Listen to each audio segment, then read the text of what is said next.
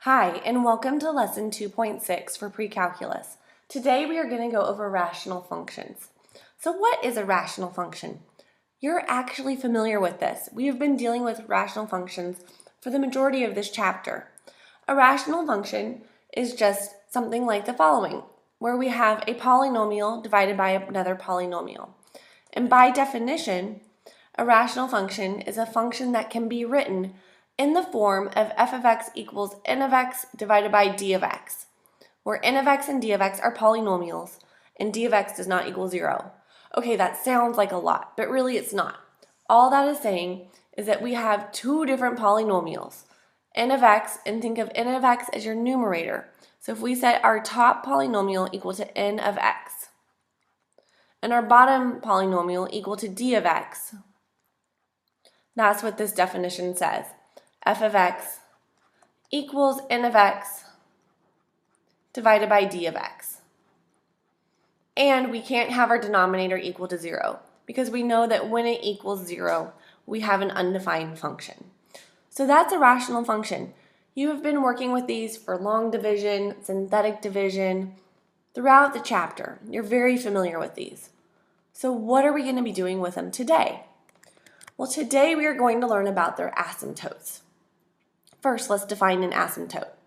An asymptote is a line that a graph of a function approaches but never actually intersects or touches.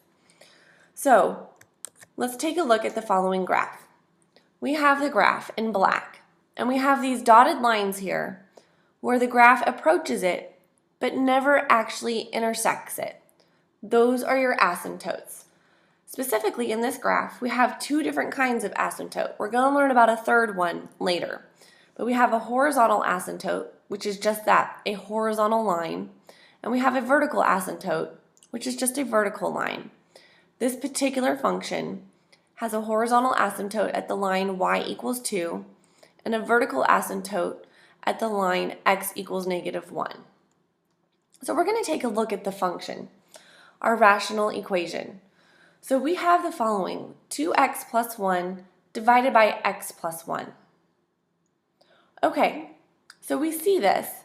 Now let's take a look again at our vertical asymptote. Our vertical asymptote is at x equals -1. What happens if I set my denominator equal to 0? Remember, we don't want it to equal 0 because that means it'll be undefined. But we get the line x equals -1, meaning that that is never going to be a solution, and that's how you get your vertical asymptote, this imaginary line that the graph is never going to touch. Similarly, in this particular equation, we have a horizontal asymptote at y equals 2. We get that by dividing our leading coefficients, and I just put a 1 there in front of our denominator because there's an imaginary 1. So our horizontal asymptote is the line y equals 2 divided by 1, which is just y equals 2. That is one type of horizontal asymptote. On the next slide, we're going to learn about a couple of other variations and how you solve for them. Okay, so let's go on to the formal definitions here. So finding your asymptotes. For your vertical ones, you just set that denominator equal to 0 and solve. Sometimes you might have to factor it, but that's all you do for your vertical asymptotes. Set the equation equal to 0 and solve. Now your horizontal asymptotes, we have three different possibilities. We can have no horizontal asymptote at all. We can have one like we had in the previous graph where it's y equals an integer, such as 2 or -1 or 5. Or we can have the special case where y equals 0, no matter what. So let's figure out how you determine which type of horizontal asymptote you have. Okay, remember, first I said there is a possibility to not have one. That is when your numerator is a higher degree polynomial than your denominator. So for example, y equals x cubed over x. This is going to have no horizontal asymptote because 3 is greater than 1. And there's 1 right there. So because 3 is greater than 1, we do not have a horizontal asymptote. We're done. Now let's take a look at the equation that we had on the previous slide. which was y equals 2x plus 1 over x plus 1. Take a look at our degrees here. Horizontal asymptotes are always going to be comparing the two degrees. They are the same. 1 equals 1. So whenever you have the degrees are the same, you divide your leading coefficients. So in this case, we would have y equals 2 over 1, which is 2. And that's what we saw in our previous slide. Our third example is the equation or the line y equals 0. And that's going to happen if your numerator is a smaller degree than your denominator. So if we had the equation y equals x over x squared, it's going to have the horizontal asymptote y equals 0. We don't even have to do anything. If our denominator is a higher degree than our numerator, we know it's y equals 0. So just like if our numerator is higher degree, we know there's no asymptote. If our denominator is a higher degree, it's the line y equals 0. Okay, remember I said there was a third type of asymptote that we did not see on the previous graph. But this is your slant asymptote. So now we're going to take a look at another function, rational function, x squared minus x all over x plus 1. We have this new dotted line, this purple line right here, that is at a slant. It's not vertical, it's not horizontal, it's slanted. So how do we know when we have a slant asymptote? Well, it's similar to your horizontal. You're going to be taking a look at your powers of your numerator and your denominator. Remember, when it doesn't have one, there's a 1. So if the numerator is exactly 1 degree higher than your denominator, a slant asymptote will exist. So we know we don't have a horizontal one because our numerator is bigger than our denominator. But if it's only 1 degree higher, so if we were to take 2 minus 1 and we get 1, anytime you subtract the two powers and you end up with 1 right there, you have a slant asymptote. So now, how do we find this slant asymptote?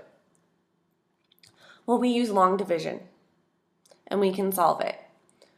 So we are going to actually divide this out. So we have x plus 1, and we're going to divide that into x squared minus x. I'm going to put a placeholder here for 0. Okay, x times x will give me x squared. And then x times 1 is a positive x. Remember, in long division, you subtract these off. So our x squares cancel, and we have negative x minus x, which is negative 2x. X times a negative 2 will give me negative 2x. And then negative 2 times 1 is a negative 2. Subtract this off, and we can bring down our 0. Negative 2x minus a negative 2x cancels. 0 minus a negative 2 is a positive 2. So when we divide x plus 1 into x squared minus 1, we get x minus 2 plus 2 over x plus 1. Okay, let's take a look at our slant asymptote here. We have a linear equation, and it's having a slope of 1 over, we can see by our units here, it has a slope of 1, and it has a y-intercept of negative 2. Well, that looks just like our first part of our equation right here. And that's exactly it. That is your slant asymptote. You do not care at all about that remainder. In fact, let me cross that out even with a bigger pen. We don't care what that remainder is. We just care what this part is here. And this will always result in a linear equation. So your linear equation that results from long division is your slant asymptote. So our slant asymptote is the line y equals x minus 2. So those are the 3 different types of asymptotes that you can solve for. Vertical, set that denominator equal to 0. Horizontal, you're taking a look at those powers and you're figuring out what type, if any. And slant, if your numerator is 1 degree higher than your denominator, you have a slant. So that is all we are learning today. So let's put this into an example. We want to find all asymptotes of the following function. Okay, first let's take a look at its graph. That's what this function looks like. So we know that we can have a vertical asymptote. And the way that we solve that is we set our denominator equal to 0. X squared minus 1 equals 0. So now we need to factor this. So that's x minus 1 times x plus 1 equals 0. And we get x equals plus or minus 1. And take a look at our graph here. If I were to draw the vertical line, because that's what we just found, x equals negative 1, it's going to go right along here. And we can see that our graph is definitely approaching this line, but it's never going to intersect it. We have the same at x equals 1.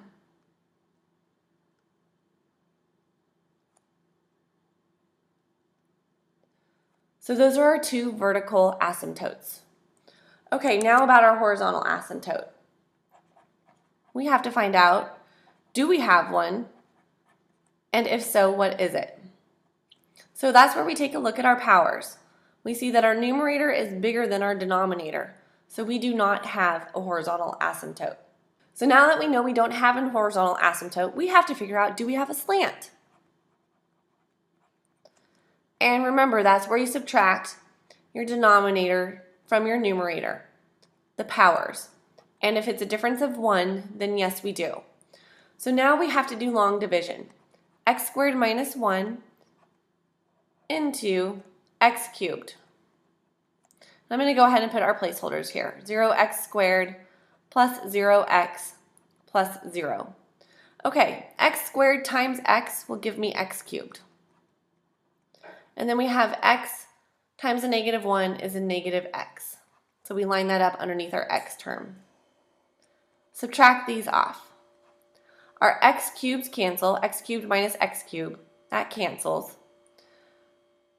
We don't have any x squared because that's 0 times it, so we don't have to worry about that. So those have gone away.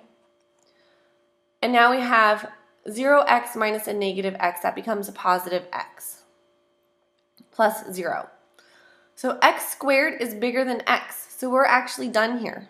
So our answer is x plus x over x squared minus 1. Now remember, we actually do not care about our remainder. This is all we care about. So our slant asymptote is the line y equals x. And if we were to draw that line, we start at 0, go up 1 over 1, up 1 over 1, so on and so forth. We end up getting this line right here. Now take a look. These two graphs of the function definitely approach the line y equals x. But this middle one goes through it. And that's okay. These two outer ones are the ones that have the slant asymptote of x equals 1. And specifically, it goes through, our graph here goes through the transition point of that middle graph. Okay, so that is it for today. I hope you enjoyed this lesson. You now know how to find all of the different types of asymptotes of a rational function. Have a good one. See you soon. Bye-bye.